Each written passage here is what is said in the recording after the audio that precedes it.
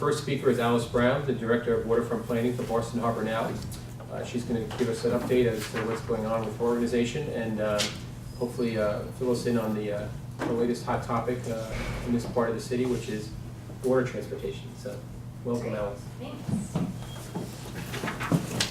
You guys have me a little intimidated with your zoning conversation. I'm not asking a zoning question. Hi, I am Alice Brown, and as you mentioned, I'm the Director of Planning at Boston Harbor Now. Is everyone here familiar with Boston Harbor Now? Raise your hand if you've heard of the organization at all.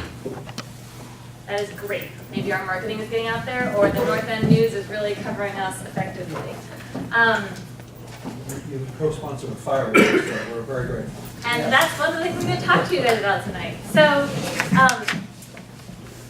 I got an email from Cheryl with a whole list of things you wanted to hear about. So the first thing I want to bring up are summer programs. The Harbor Islands open on Saturday, May 18th. So from May 18th through the fall, you can go out to the islands. And on the 18th, the islands are free. You have to be there early to get tickets, and they kind of give them out in the morning for the whole day. But I feel like you guys could roll out of bed and make a not very long trek to pick up your tickets in the morning and go back to bed or have breakfast, which most people in Boston cannot do. So I recommend that. Our park newspaper will be available then, starting then, from the visitor center on the Greenway. So feel free to stop by and pick things up. We're trying to do programs on the islands that are specific to the history of those islands. So Spectacle Island is more sports focused, so there's a 5K run, there's a lot of yoga programs, it's a little more athletic. George's Island is really diving deep on the Civil War history that's happening there, and Pettix is doing a lot of new nature programs. So I encourage you, if you pick up a park newspaper, find out that stuff, find the island that sort of matches your interests, or visit a new island that you haven't been to forever or for a while. We will also be doing summer on the waterfront programs around the harbor. So again, a mix of fitness classes and other things. And if it's not on your calendar yet, August 29th, that's a Thursday night, there will be fireworks on the harbor. So you can put that on your calendars today. Can I have a quick question on the fireworks? Last Thursday, there was an incredible fireworks. Do you know anything about when that was happening or how who put it on? I don't know about that one in particular. We get rumors of them, and we try to tweet about them so that people are like, know that there's a fireworks thing. So I'd love to know who was it Atlas? Was it? I It was a don't know. private organization that was celebrating. Who did fireworks? Yeah. No, I saw that daily tell us they lost that private place. I will tell you that our gala is June 20th, and so we have fireworks, so look out for that Thursday, but they're further out this way. That's all right. All right, another thing that we work on that hopefully you've heard about, this is now about 10 months old, but if you are not familiar with it, we work really closely with Mass DEP to help to daylight all of the resources around the Harbor Walk. So you guys all experience the Harbor Walk, you live right on it, but for a lot of people they don't know that there are Chapter 91 requirements for everything from public restrooms to kayak lunches, etc. And so for the entire length of the Harbor Walk, from the Neponset River Greenway all the way up and around through Charlestown and East Boston, we've mapped out where all those resources are based on the Chapter 91 agreements that different developers have filed over the years with Mass DEP. So we took all of that database, we created this resource, we had high school interns that went out in 2 phases last summer to double check, yes, there are restrooms, yes, there's a sign, yes, they're open at this time, etc. So you're probably familiar with your section of the Harbor Walk, but if you want to explore more of it, there is this web tool that you can visit, bostonharborwalk.org. So I will leave flyers here about that. And water transportation. 2 weeks ago, we released 2 business plans. One of them focused on ferry service that would connect Quincy to downtown Boston with stops at Columbia Point. And I brought a few flyers about that, but I'm guessing you're more curious about the Inner Harbor connector. So I brought mostly flyers about that.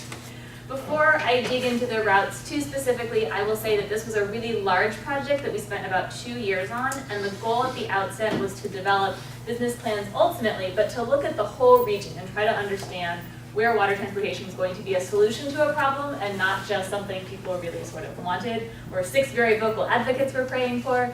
So we looked everywhere from Gloucester all the way down to Plymouth and P-Town, all the way through Boston, and said, what are the existing dock facilities? What are potential places for docks? And who lives near these places, who's trying to commute on a regular basis to somewhere else on the water? So even if There could be the potential for recreational service. We don't think that recreational service on its own is going to sustain scheduled passenger, affordable transit-like ferry service. So we really wanted to find the places where we had that commuter demand. Within the inner harbor, there's obviously lots of places people would love to have a ferry from, but we also wanted to understand how it connected to other pieces of the transit network. So it's true that the Blue Line goes right to Long Wharf and you can get to Long Wharf on the Blue Line, but it's also true that if you get to Long Wharf, you can connect to the Blue Line, you can connect to buses, you can hop on a bike share bike, you can use the North End cycle track. So we wanted to be able to make sure the docks were connected to those different places and we weren't just putting a dock, on the back of someone's back deck because, they were committed to having a dock there. So as we looked around the harbor, it became clear that there are lots of places in the inner harbor that had desire, but the real demand and the ability for people to get there effectively happened in 3 particular places outside of downtown Boston. So I know this is small, but you'll all get copies later, that the existing North End the Charlestown to Long Wharf, which is North End downtown, service exists today, and we want to expand that service not by making a circle, because no one wants to stay on a boat and sit there forever as it works its way around the harbor. It's nice for tourists, it's not nice when you're traveling. Instead of making a big circle, it would make a star. So you go to Long Wharf, you continue on to the seaport, you can come back to Long Wharf and continue on to Lewis Mall, etc. So it would go back and forth in a star shape. That means that for any person, you would either go one stop to Long Wharf, or you would be able to go one more stop. The star would go in both directions to get to that second location you wanted to get to. This is just a bunch of economists and transportation people putting together data, so I can't promise that everything in this plan is what you will see in Boston Harbor next year or even 5 years from now. But the model, the way that the system was modeled, it assumed that service started pretty early in the morning, from 6:30 in the morning till 10 at night. So I know that there are people who would love longer hours, so that was included. It looked at 2 fares. One is $3.50, which is the fare that you would pay if you take the MBTA ferry today, and the other one is $6.50 because the economists will tell you that's the revenue maximizing fare, but obviously we're hoping to be on the lower transit end. And we do hope that this becomes incorporated, if not fully into the MBTA service, which is the ideal, it is at least incorporated into the way you pay for ferries. So right now, if you have a commuter rail zone 1A pass, that actually works on the ferry. You don't have to pay any extra if you wanted to ride the ferry on a daily basis. So ideally, whatever the system emerges as, it's also part of that, how you pay your fare. We have specific information about the vessels. We're hoping that in the inner harbor, because you can never go very fast, you're only going 5 to 10 knots, it's pretty well protected by the shape of the harbor, et cetera, that you can use hybrid electric vessels so that you're not using fully diesel, but you're able to reduce fuel costs significantly and use a lot of battery electric power to move around the inner harbor. And then finally, we have super geeky, for those of you who are into finance, you can look at the pro formas that sort of explain, depending on the fare you charge and the vessels you use, and this is your operating cost, this is your capital cost, et cetera. So you are welcome to pick up a copy of this executive summary. Full copies are available on our website, and all of that information is on the website. Yes? For those people that commute to Seaport, how frequently do they run? Do they have more boats in the morning and?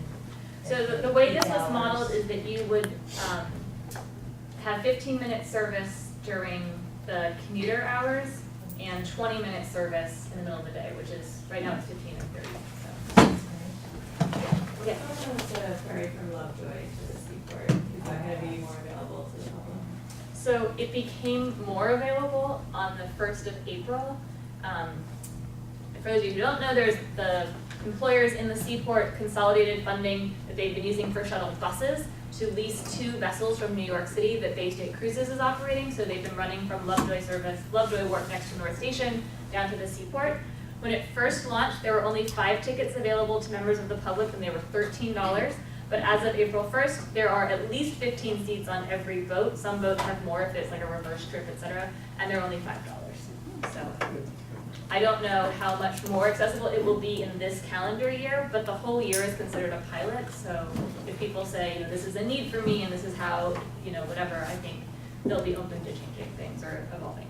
Is that going to be to add to the system as well, so you can hypothetically pay with commuter benefits and MBTA pass? I think as long as it's entirely private, the way it is today, it would be a thing further down the road. But I think there is an effort to say, how can employer shuttles around the city accommodate members of the public better, but I don't think that that conversation is complete. Yes. Will there be ferries at the casino? Encore Boston Harbor is starting water shuttle service in June. So there is just Boston Globe coverage on it today. It's the first time they've shown a video of the boats. So that service should be starting in June. It will absolutely be going from the casino to the seaport. They're still figuring out exactly where downtown it will dock. According to the Globe coverage, this is not my news, it'll be $7 to ride it from the casino and $5 if you go between downtown and the seaport. So that's another $5 option, but again, not incorporated into I MBTA. thought I saw or heard something about the fact that the boats have difficulty going underneath the bridge. Does the bridge have to open up just a little? Nope, they've built really special boats. Again, I encourage you, there's beautiful images on the Globe. They are sort of European motor yacht style, and they accommodate about 38 people, and they slide right under that bridge. So there's no need to open the bridge. Thank God. Even at high tide. All right. I think the highest tide days, are like, king tide, I don't know what Well, it is, but I'd say in general. Yes? What's the capacity of the boats that you guys are proposing to use, and would there be an issue with tourist traffic taking away from the actual commuters that would be wanting to use them? Is there a limited availability where people will be trying to show up and not be able to get to work because it's too crowded or anything like that? Because we see that with the MBTA commuter rail all the time, that people try to commute and it being overcrowded. Would that be a concern to your boats? I don't anticipate that being a problem concern, given the fact that what they used to build this data model that allowed all of these things to happen looked really carefully at existing services and at people's responses to something called a stated preference survey. So that combined data allowed them to inform how they design things. If you have that 15-minute service, you can move people more regularly than, if a boat's coming once an hour, once every 2 hours, which is, I think, I will say, even on the record, commuter rail service could be improved by having more regular service, because then there would never be that moment where you're waiting 2 hours for the next train. But how large are these boats? So these are specified that you want to have, if you have this service described, you would have a capacity of about 85 people on board. So it's not like the casino boats where No. it's 10 or 12 people. This is meaningful, Awesome. robust ferry transit. That's what we're shooting for. And I would say too, the boats that are running from Lovejoy right now, as a shape and style, are pretty close to what we're looking for. Like, I just took a picture from the North Washington Street Bridge and stuck it in the report. Because the renderings I got, I was like, no, we can't show anyone in Boston a rendering, or they'll think that's what we're building. But the idea that you would have a bow loading ferry, which is really good for ADA accessibility, is a feature. The way it's long and narrow, and there's no top deck, but you're like mostly enclosed, so it's good all year round, but there's a nice back deck. But being all in one place lets people load, offload, faster, all these things, those boats are pretty close to. It's just the power source that makes it. Yes? So I realized there was a crazy smart model that you guys built to come up with where your stations are going to be.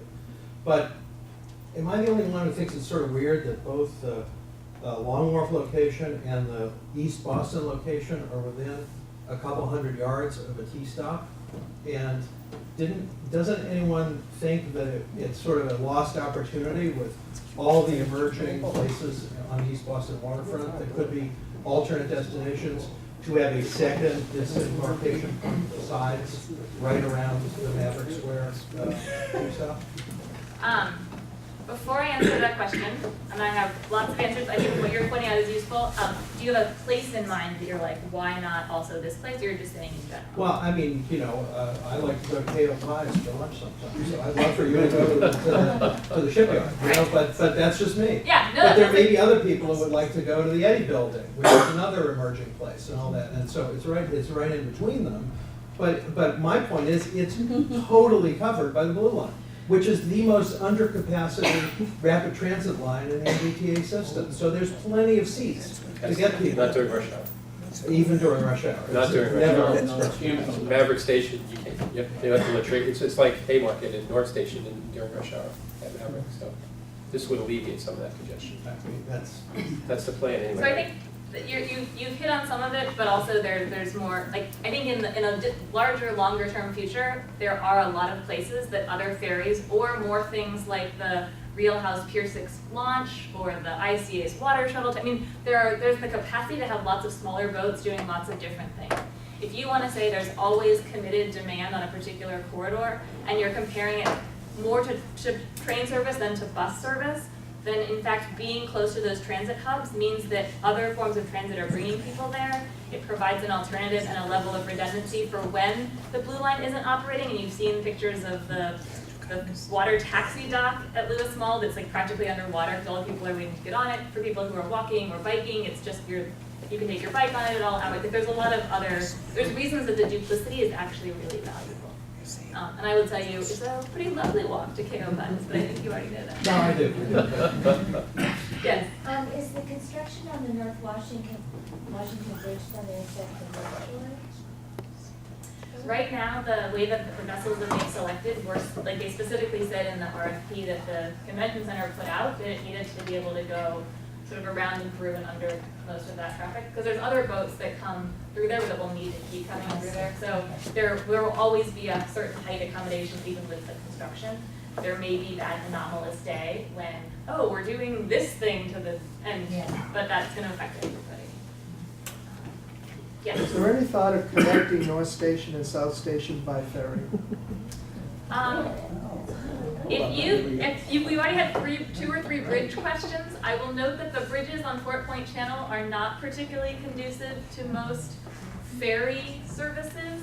So it'll be tricky to get really close to South Station by boat. Even with a casino boat? I don't even think the casino boats fit under all those bridges. Okay.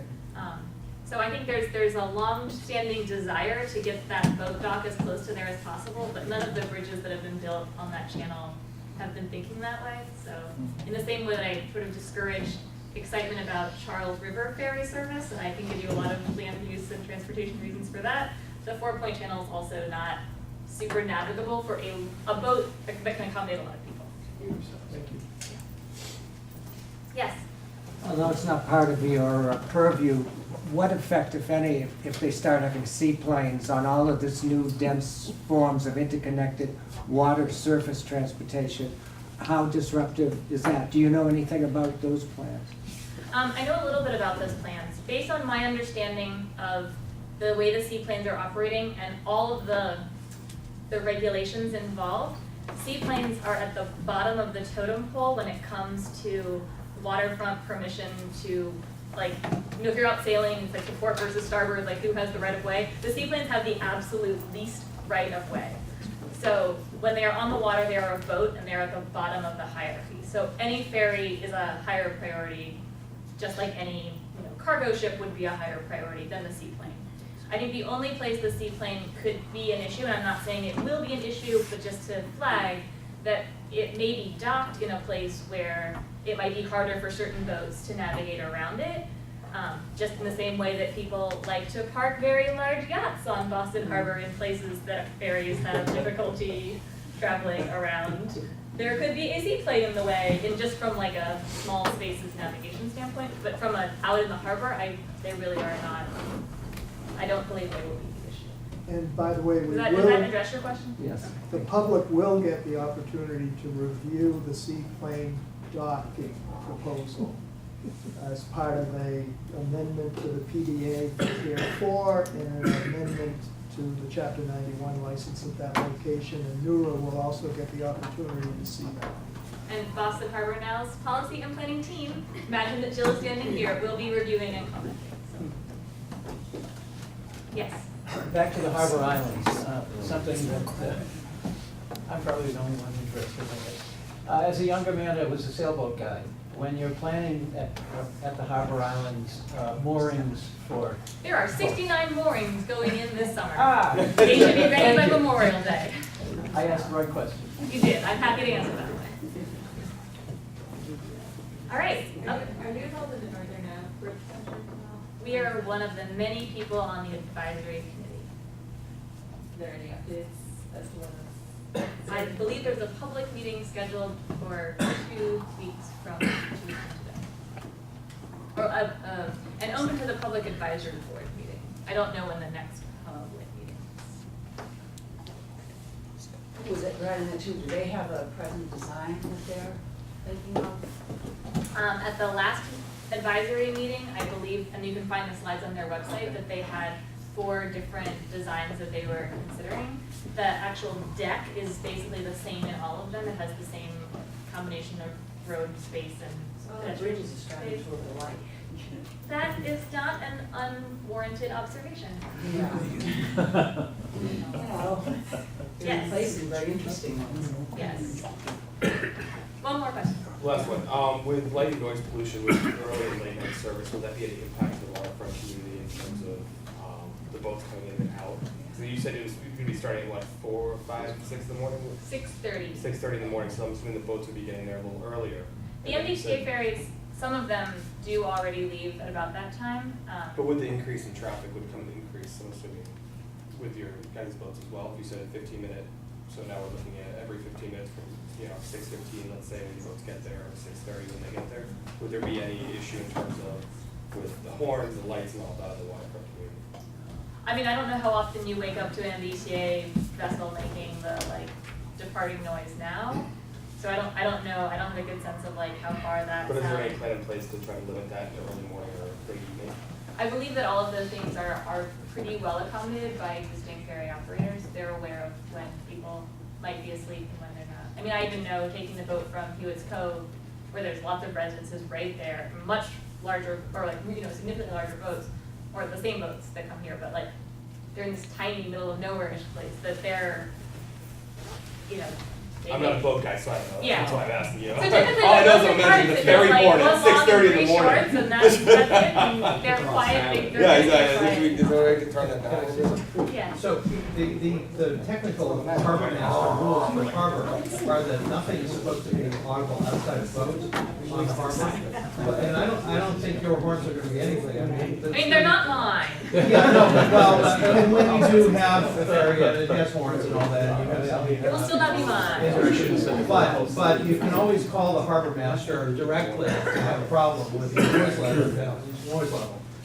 The Provincetown 2 is usually the lightning rod for such calls, but who knows, maybe you'll. They did quiet the sounds down because it was, for a little while there when there was a new boat, it was really alarming. And they did quiet it down a bit.